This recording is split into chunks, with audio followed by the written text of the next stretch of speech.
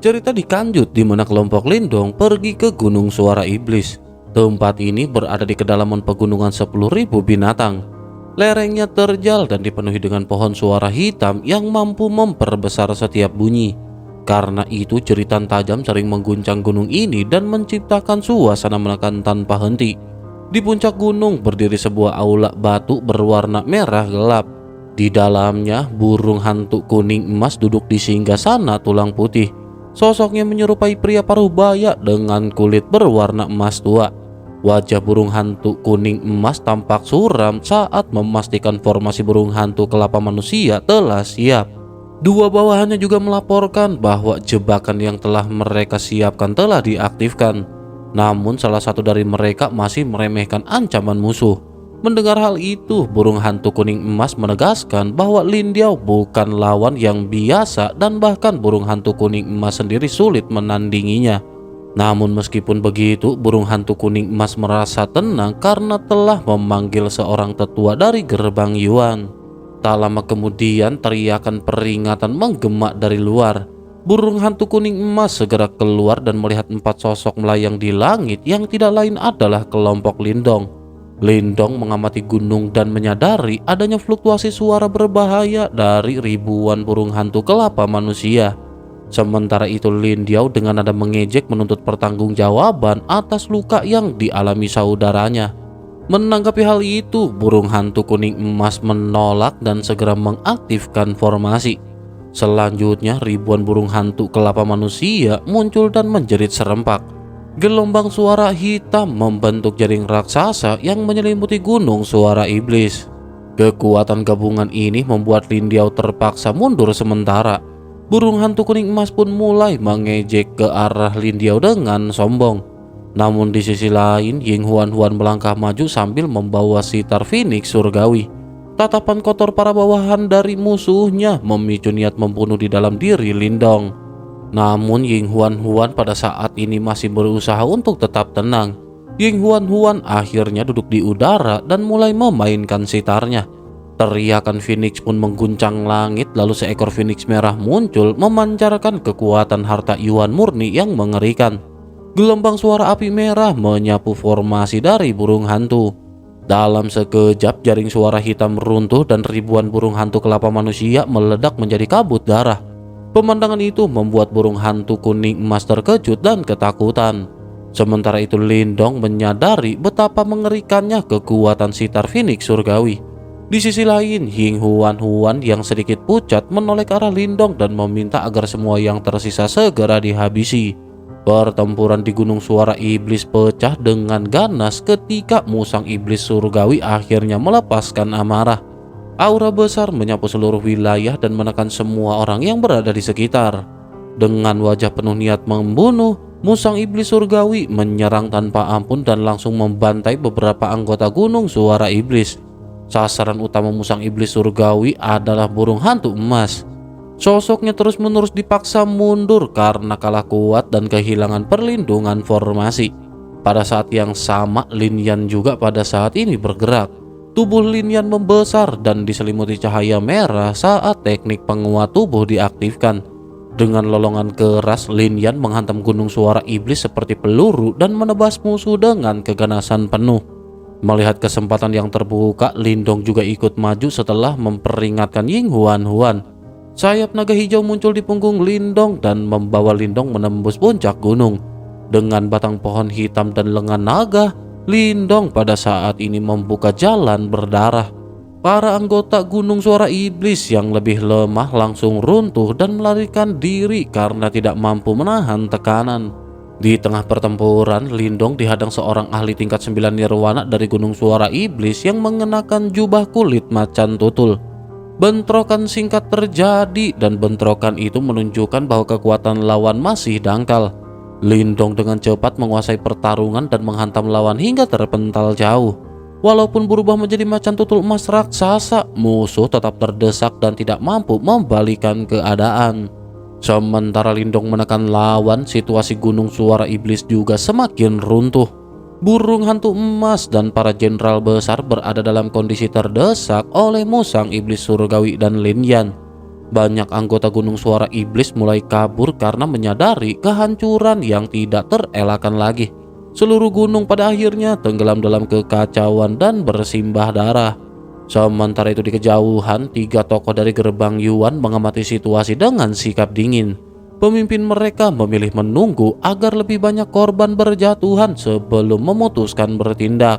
Pria tua yang memimpin mengungkap niat untuk merebut air inti spiritual pembuatan air liur yang tersembunyi di Gunung Suara Iblis.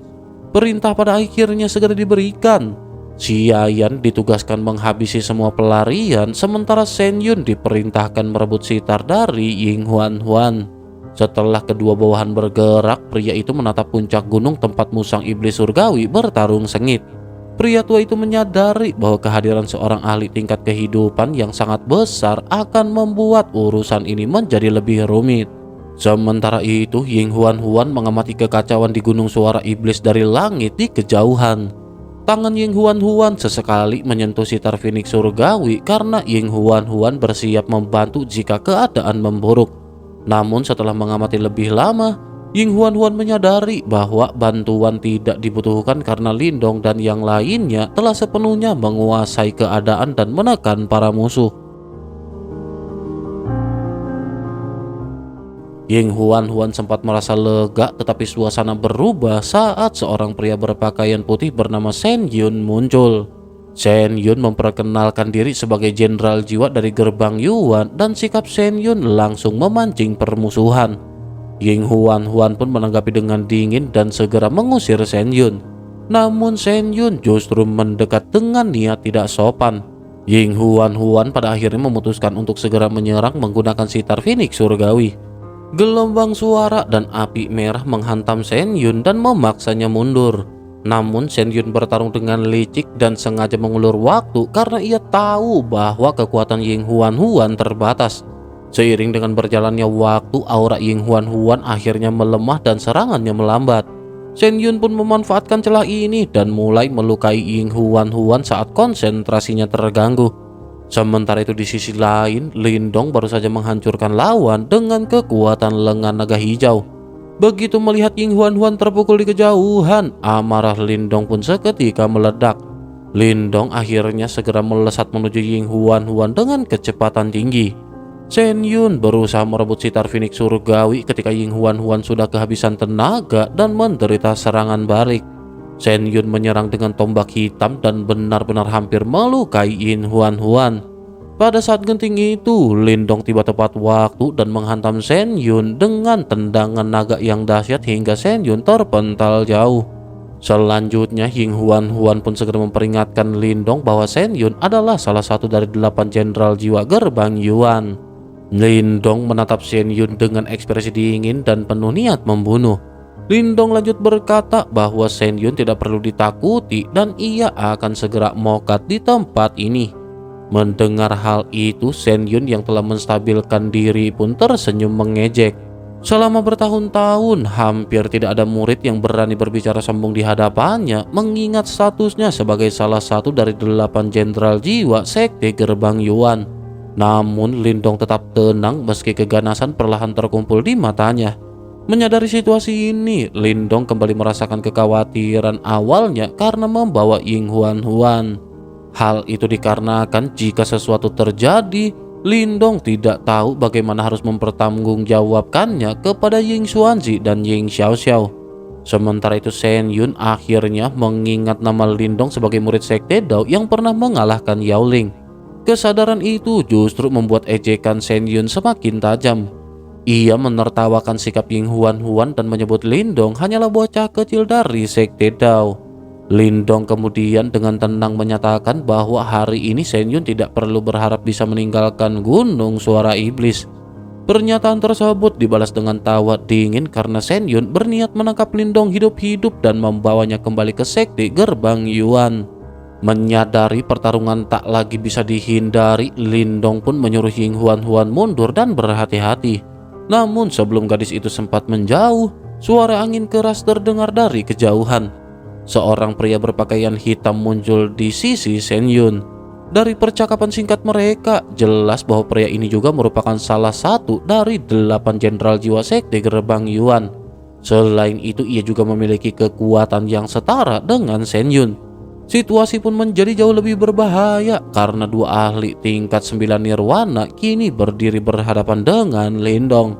Ying Huan juga menyadari tekanan tersebut dan memilih bertahan dengan tangan yang menyentuh kecapi Phoenix surgawi. Niat membunuh juga pada saat ini muncul di kedalaman mata Ying Huan. Kedua jenderal jiwa itu pun membagi target. Shen Yun akan menghadapi Lindong sementara pria berpakaian hitam mengincar Ying Huan. Pada saat genting itu, Lindong pada akhirnya memutuskan memanggil Lin Yan. Selanjutnya, sebuah batu besar dilemparkan ke arah gunung suara iblis memaksa pria berpakaian hitam berhenti menyerang. Batu itu dilempar oleh Lin Yan yang segera muncul untuk melindungi Ying Huan. Aura Lin Yan meledak dengan ganas dan tubuhnya mengeras seperti logam. Lindong memerintahkan Lin Yan untuk menjaga Ying Huan dan Lin Yan dengan percaya diri menyatakan tidak akan ada seorang pun yang bisa menyentuhnya. Namun sebelum pertarungan benar-benar pecah, ruang di udara terdistorsi. Seorang tetua berjubah coklat muncul memancarkan tekanan mengerikan. Kehadirannya membuat Lindong menyadari bahwa Sekte Gerbang Yuan ternyata mengirim seorang ahli tingkat kehidupan mendalam. Ketegangan pun kembali meningkat hingga pada akhirnya guntur bergema di langit.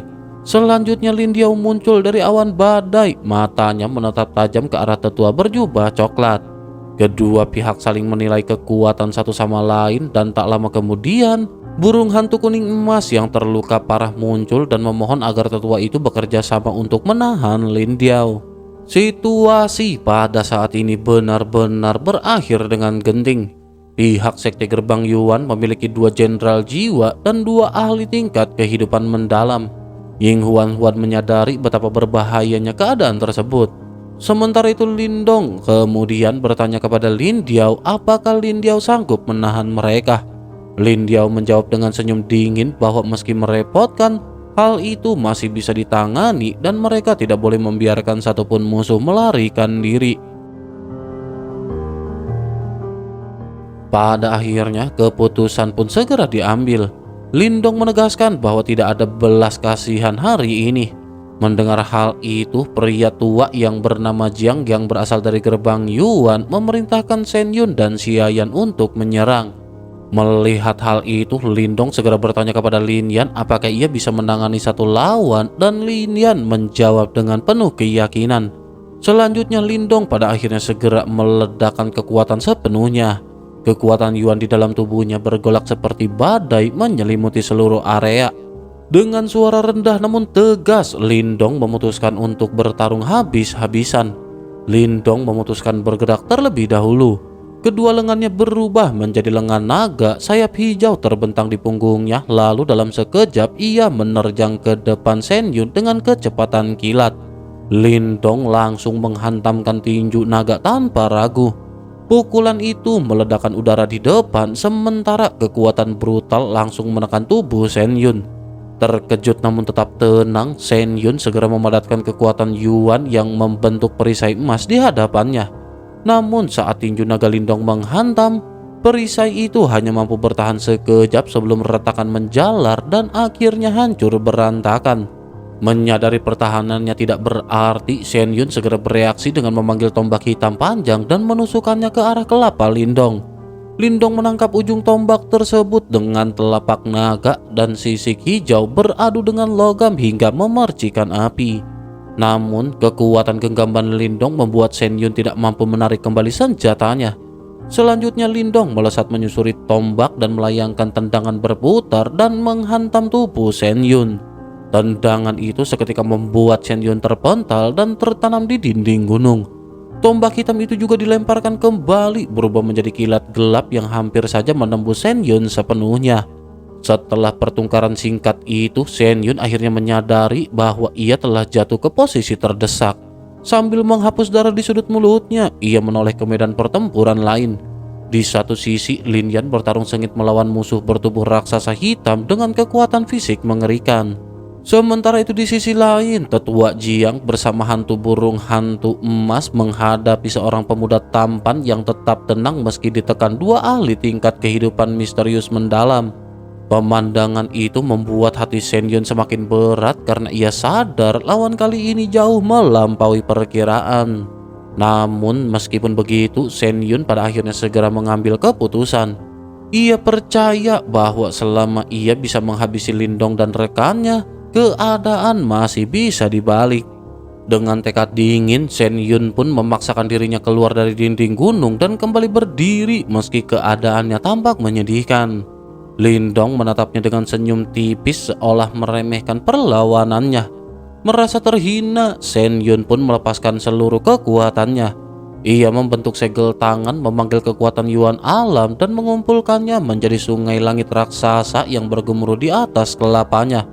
Dengan tekad membunuh, Shen Yun mengerahkan teknik andalannya dari gerbang Yuan. Teknik ini bernama telapak penghancur ruang sungai langit dan menghantamkan pilar kekuatan itu ke arah Lindong. Menghadapi serangan tersebut, Lindong pada saat ini tetap tenang. Lindong membentuk segel tangan dengan cepat, sementara ruang di belakangnya retak dan sebuah telapak tangan kuno muncul dari kehampaan.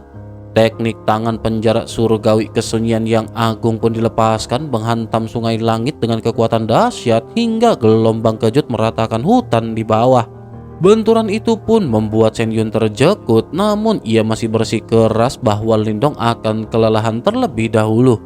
Ia akhirnya kembali memadatkan sungai langit kedua, berniat mengakhiri pertarungan. Namun pada saat itulah Lindong tiba-tiba muncul di hadapannya. Shen Yun hendak menggerakkan serangan, tetapi tubuhnya mendadak berhenti seolah waktu dan ruang membeku sesaat. Dalam jeda singkat itu, Lindong telah berada tepat di depan Shen Yun dengan telapak naga dingin yang mencengkram tomboloknya. Menyadari dirinya sepenuhnya dikuasai, Shen Yun seketika diliputi keterkejutan dan ketakutan. Sementara itu, Lindong dengan nada mengejek menyampaikan bahwa 8 jenderal jiwa dari gerbang Yuan bukan apa-apanya di hadapan Lindong. Gua kepret loh. Pada akhirnya aroma kematian pun menyelimuti akhir pertarungan tersebut.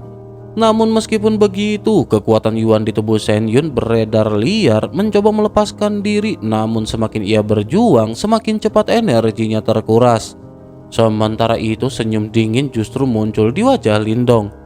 Menyadari perlawanan itu, cahaya hitam pekat tiba-tiba menjembur dari telapak tangan naga hijau. Cahaya tersebut menyerbut tembolok Shen Yun dengan kecepatan kilat. Seketika Shen Yun merasakan kekuatan Yuan di dalam tubuhnya lenyap dengan cepat. Ia pun akhirnya menyadari bahwa energi itu diserap dengan lahap oleh Lindong. Ketika kesadaran itu muncul, Shen Yun melihat cahaya hijau di tubuh Lindong justru semakin padat. Rasa dingin akhirnya menjalar di telapak kakinya karena ia memahami bahwa Lindong bukan hanya mampu melahap kekuatan Yuan, tetapi juga memanfaatkannya. Dalam keterkejutan dan ketakutan, Shen Yun akhirnya mendebak sumber kekuatan tersebut sebagai simbol leluhur pelahap. Lindong menyipitkan mata begitu mendengar dugaan Shen Yun. Lindong memang jarang menggunakan kekuatan tersebut karena terlalu mencolok dan berbahaya jika diketahui pihak sekte lain. Tetapi meskipun begitu, Lindong kali ini tidak berniat membiarkan siapapun hidup. Namun hadiah atas tebakan benar itu hanyalah kematian bagi Shen Yun. Selanjutnya pada akhirnya perlawanan Shen Yun pun semakin melemah. Wajahnya mulai memucat seiring dengan habisnya kekuatan Yuan. Pada akhirnya Lindong mengerahkan kekuatan terakhirnya dengan lengan naganya. Suara retakan terdengar, tubuh Shen Yun pun menegang dan nyawanya terputus. Salah satu dari 8 jiwa jenderal gerbang Yuan pun pada akhirnya gugur di wilayah kesunyian ini. Sesaat kemudian Ying Huan mendekati Lindong sambil memeluk alat musiknya. Ia terkejut melihat Shen Yun telah tewas. Sementara itu Lindong menanggapi dengan tenang dan menjelaskan bahwa membiarkan musuh hidup hanya akan membawa masalah bagi Sekte Dao. Menyadari alasan itu, Ying Huan pun mengangguk dan menerima keputusan Lindong. Tetapi meskipun begitu, tetap saja hatinya pada saat ini masih terguncang. Selanjutnya Lindong menambahkan bahwa gerbang Yuan tidak hanya akan kehilangan 1 jenderal jiwa, tetapi 2 beserta dengan seorang tetua. Keputusan ini diambil Lindong agar mereka tidak meninggalkan jejak dan masalah di kemudian hari. Ying Huan tampak ragu sejenak, namun akhirnya mengangguk setuju dengan apa yang dikatakan Lindong. Akhirnya Lindong pun menoleh ke arah langit tempat pertempuran lain berlangsung. Dengan suara keras seperti guntur, Lindong memancing perhatian musuh. Tetua Jiang dan Xiayak pun menoleh dan langsung terkejut begitu melihat mayat Shen Yun di tangan Lindong. Amarah meledak dari Tetua Jiang, sementara Xiayan mengancam akan membalas dendam gerbang Yuan. Namun baru saja ancaman itu menggema, tiba-tiba raungan harimau mengguncang langit. Lin Yan berubah wujud menjadi harimau hitam raksasa dan memancarkan aura buas musang iblis surgawi. Selanjutnya, serangan telapak harimau menghantam Xiayan dengan kekuatan mengerikan, memaksanya bertarung habis-habisan. Benturan kekuatan hitam dan emas pada akhirnya mengguncang langit. Xiayan terpukul mundur dan terluka parah, sementara Lin Yan bertahan berkat tubuh binatang iblisnya. Menyadari kekalahannya, Xiayan pada akhirnya memutuskan untuk melarikan diri. Namun selanjutnya, Lin Yan melompat dan menghantamnya sekali lagi, mengakhiri hidup Xiayan dengan telapak harimau yang menghancurkan bumi. Selanjutnya, Lin Yan pun kembali ke wujud manusianya dan berdiri dengan aura ganas yang membuat siapapun bergidik. Kematian Xiayan membuat Tetua Jiang murka dan melontarkan ancaman terakhir terhadap Sekte Dao. Namun Lin Diao menanggapi dengan tawa ringan dan memastikan bahwa tidak akan ada satupun kabar dari tempat ini yang akan bocor keluar. Tetua Jiang pun mengerutkan kening dan mencoba mundur, menyadari bahwa situasinya telah berbalik. Namun Lin Diao pada akhirnya memutuskan untuk tidak lagi menyembunyikan jati dirinya. Cahaya ungu hitam menyelimuti tubuhnya dan sepasang sayap kelelawar raksasa membentang menutupi langit, memancarkan tekanan mengerikan. Melihat wujud tersebut, Tetua Jiang dan burung iblis di sisinya langsung memucat. Dengan suara gemetar, mereka akhirnya menyadari identitas sebenarnya dari Lin Diao sebagai musang iblis surgawi. Ini adalah sebuah keberadaan legendaris yang selama ini hanya mereka dengar dalam cerita kuno.